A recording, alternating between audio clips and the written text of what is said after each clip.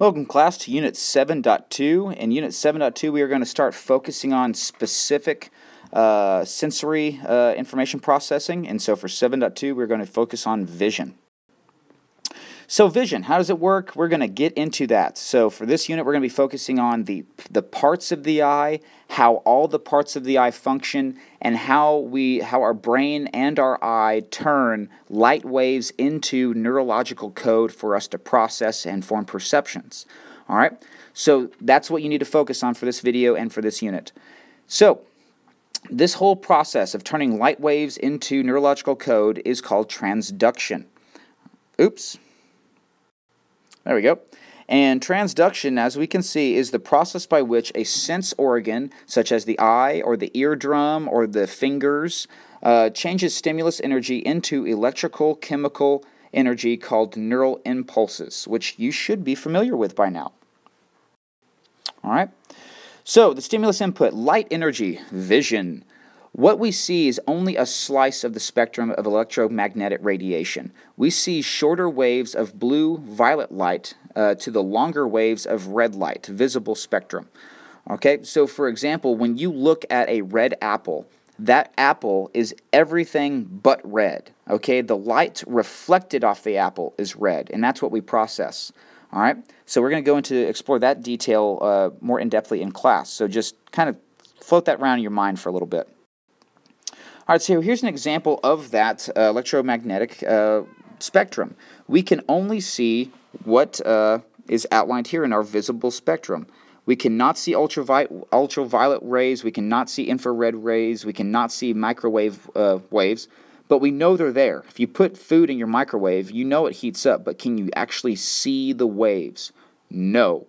All right, so there's a lot of waves, there's a lot of stimulus energies that our brain cannot process because of our physical limitations, as we see here. Alright, so two things determine whether or not we perceive light: the light's wavelength and its intensity. Alright, so the wavelength. This is the distance from the peak of one light or sound wave to the peak of the next. Alright, so for example, if this is a wavelength, if this is a wave, the wavelength is from this peak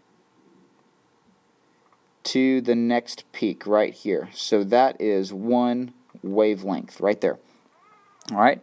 The hue of a color, so if it's a light purple or versus a really dark purple, the hue is the dimension of color that is determined by the wavelength of light, aka red, orange, yellow, green, blue, indigo, violet, all those different hues. And then the intensity, the amount of energy in a light or sound wave, determined by the wave's amplitude. That is the intensity. All right, so this is very intense. This is not so intense. Okay, and amplitude is a measure of how big the wave is. So this is a much higher amplitude, smaller amplitude. All right. When you see something, your eyes must change the broad beam of light waves into narrow focused ones. This is how we see. So let's talk about the parts of the eye and how they work so that we can get a better understanding about how our brain turns visual stimulation into neurological processing in the occipital lobe of the brain. So the first part we're going to discuss with the eye is the cornea, which is labeled here. The cornea is the clear outer covering of the eye behind which is fluid. As the light waves, so here we see the light waves, as the light waves pass through the cornea, its curved surface bends or focuses the waves into a narrow beam. So here's the light coming into the cornea, okay, and it focuses it and it narrows it onto the retina so that we can see. That's how the cornea works, okay? We're also going to talk about the lens and how the lens accommodates, so keep that in mind. The next part is the pupil. The pupil is the round opening at the front of your eye that allows light waves to pass into the eye's interior. It's the black dot in the center of your eye, and again, it absorbs light, or it takes in light and passes it to the retina. That's the pupil, as you can see here. The next part, the other parts of the eye, the iris. This is the part of your eye that has color. So if you have dark brown or green or blue eyes, that is the iris. As you can see here, this eye has green iris, and the iris is a colored circular muscle that surrounds the pupil and controls the amount of light entering the eye. It's where your eye color is found. All right. In dim light, the iris will relax, allowing more light in, and the pupil dilates. In bright light, iris constricts, allowing less light in, and the pupil constricts, as we said. All right, so if it's really dark, your pupils or your iris is going to relax, trying to absorb as much light into the pupil as possible. Whereas if it's really, really bright light, your iris is going to constrict around the pupil to protect the eye so that it's not overstimulated with light and then damaged. The next part of the eye is the lens, as you can see here. And the lens is the part of the eye that focuses on the object that focuses an object on the back of the eye called the retina, and it bends and focuses light waves into an even narrower beam by the means of accommodation. So here we have light waves going into the pupil, which is regulated, going through the cornea, and then through the pupil, which is regulated by the iris, and then when it hits the lens even further adjusts the beam of light, and this process is called accommodation. And this is the process by which the eye's lens change shape to focus the image of near objects on the retina, which we see there. For distant objects, light waves need less bending, so muscle stretch lens to the surface is less curved. For near objects, light waves need more bending, so muscles relax and allow the surface of the light to be more curved. So then we see the retina. The retina is the big important part of the eye where transduction really does take place. And we're going to talk about the specific parts of the retina in detail. So the retina is where transduction occurs. It's located at the rear of the eye. So here we see the retina. It's in the back of the eye. And this is the very light-sensitive inner surface of the eye that contains the photoreceptors. The retina has 3 layers of cells, the front, middle, and back. The front layer contains nerve fibers that carry impulses to the brain. The middle layer contains the ganglion cells and bipolar cells in which impulses begin. And then the back layer contains rods and cones, which are the photoreceptors, which is where the actual transduction occurs. So let's talk about those parts and what they do in more detail. But before we do, let's talk about specific site receptors on the retina. The first is the rods. The rods are photoreceptors with a rod-like shape located in the periphery. So it's your peripheral vision. So it's located along the outsides of the retina. All right. It detects black and white and gray and is necessary for peripheral and twilight vision, so it helps us see at night when cones don't respond. Cones, on the other hand, as we see here, are photoreceptors with a cone-like shape, mostly located in the center of the eye, also known as the fovea. This is where most of the cones are located. All right, its function is in daylight or in well-lit conditions. It detects fine detail and gives rise to color sensations. That's why in our peripheral vision it's more hazy, whereas in our foveal vision, our central vision, it's more color. We have more color clarity and we can see more detail. All right, again, the fovea is the central focal point in the retina around which the eye's cones cluster. So here we see cones in the fovea, our central focal point of the retina. So here we see the light entering the fovea. And then there's the rods, which are in the periphery, or peripheral vision zones of the retina. All right, so here we see the front, middle, and back portions of the retina. So here's light entering the eye, and here's the portion of the retina that we're looking at. So as light hits the eye, it's actually going to be processed in the back portion of the retina first. And this is where the rods and cones are located. So the rods and cones are going to transduce those light waves into neurological code, or neurological impulses, which are then passed along to the ganglion and bipolar cells, which then intertwine to form the optic nerve, and then that visual sensation is passed to the thalamus, which is then redirected to the occipital lobe, allowing us to form a perception of what we're looking at. All right. So when light energy hits the rods and cones, it produces chemical changes that generate neural signals which activate bipolar cells, which in turn activate the ganglion cells, which form to make something like a strand of rope, which signals the optic nerve to step in. The optic nerve, as we've just discussed, and you can see here, carries neural impulses from the eye to the brain. Impulses make a brief stop at the thalamus first, which is what? The thalamus, sensory switchboard, and then continue on to the occipital lobe. Now, there is a spot of the eye called the blind spot, and it's right here below the optic nerve. And the blind spot is created at the point where the optic nerve exits the eye. There are no receptor cells located here at this exit point, so sometimes we do have gaps in our vision. There are certain stimuli in our visual fields that we do not process because of this blind spot. All right. Well, again, there are all the parts of the eye. What you need to know, very similar to neuroscience, is you need to know parts and functions. Parts and functions. What are the parts of the eye, and what do they do, and how do they enable us to see and process visual sensations in the brain? All right, so now let's talk about visual information processing. We talked about the eye and how it transduces light waves into neural impulses. So let's now talk about those neural impulses and how they are processed in the brain. So to start off this discussion, we're going to focus on color blindness. And this is the inability to perceive certain colors, such as red and green. Two types of color blindness are monochromatic and dichromatic. First, the monochromats have only rods, or only one kind of functioning cone. This is very, very rare. Okay, very rare. This is the rare type of color blindness. Why? Because they can only process one type of color, and that's usually going to be blue or some type of very light violet or some light hue of violet. And everything else looks gray or black and white because their retina is dominated by only rods. Whereas the dichromats have trouble between green and red colors because their eyes only have two types of cones.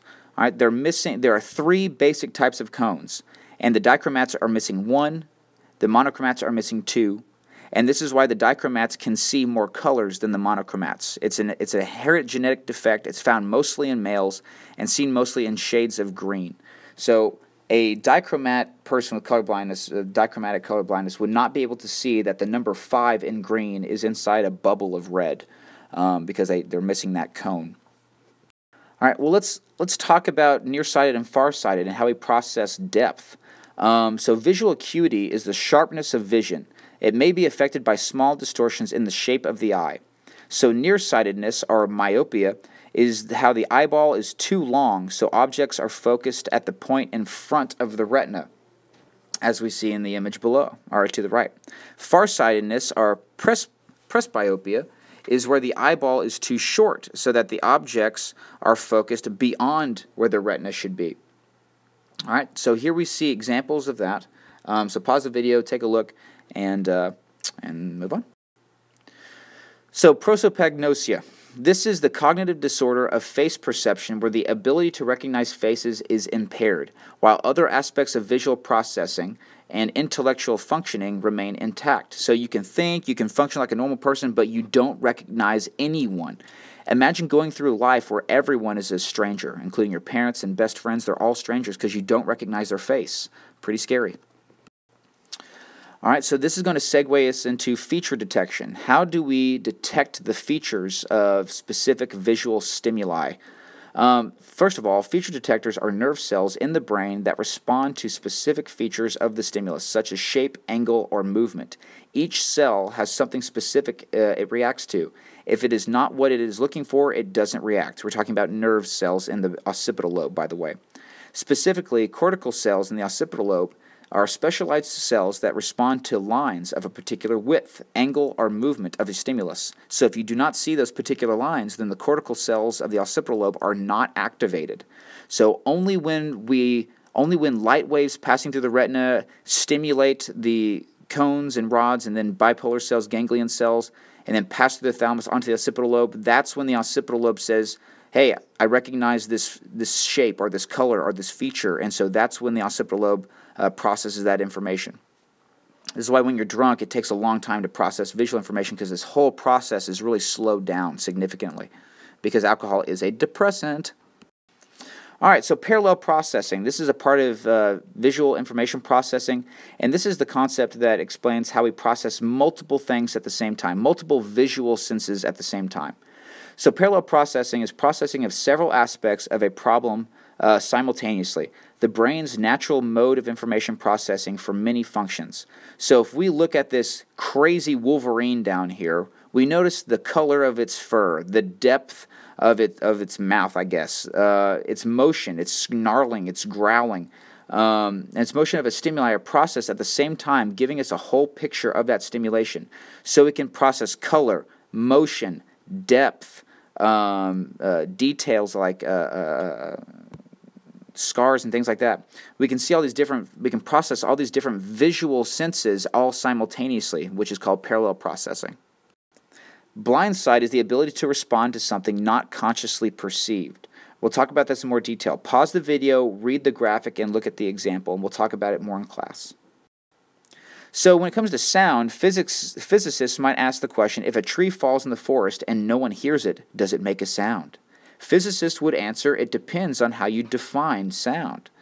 If you don't hear it, if you don't process it in the brain, is it sound, or does it even exist? Well, let's pose this other question. If no one sees the tomato, is it red? The answer is no. We know this for a fact. The tomato is everything but red. It rejects the long wavelengths of red, and so that the color is a mental construction. All right? The light reflecting off of the apple is processed in our brain, and that's where we process the apple as red. So color is a neurological phenomenon. All right? And so let's talk about color. The Young-Helmholtz trichromatic theory is the theory that the retina contains 3 different color receptors, or 3 different types of cones. One most sensitive to red, one most sensitive to green, and one most sensitive to blue. When stimulated in combination, this can produce the perception of all these different colors that we process, as we see here in this graphic. All right. Now, how do we know that the Young-Helmholtz trichromatic theory might exist? Well, we might use the what's called an after image. Now, when you stimulate your cones for a very long period of time, it's almost like working out a lot. If you keep doing a lot of push-ups, your muscles are going to eventually burn out. They're going to start burning and you can't do anymore. Well, it's kind of the same thing for the cones and rods in your eye. It's kind of like if you push on your eyes, if you push down on them, if you give them pressure, then you might see stars even though your eyes are closed. Same thing with muscles. If you put a lot of pressure on your muscles, you feel them burn. You're overstimulating them essentially. It's the same thing with your eyes. If you overstimulate your eye by staring at the color red for too long, well, whenever you look away from red, like when you stop working out, your eyes are going to have to recover. And so they're going to see the opposite of red, which would be green. This is known as the after image. And this whole theory of seeing the opposite color is known as the opponent process theory. It's where the opposing retinal processes enable color vision.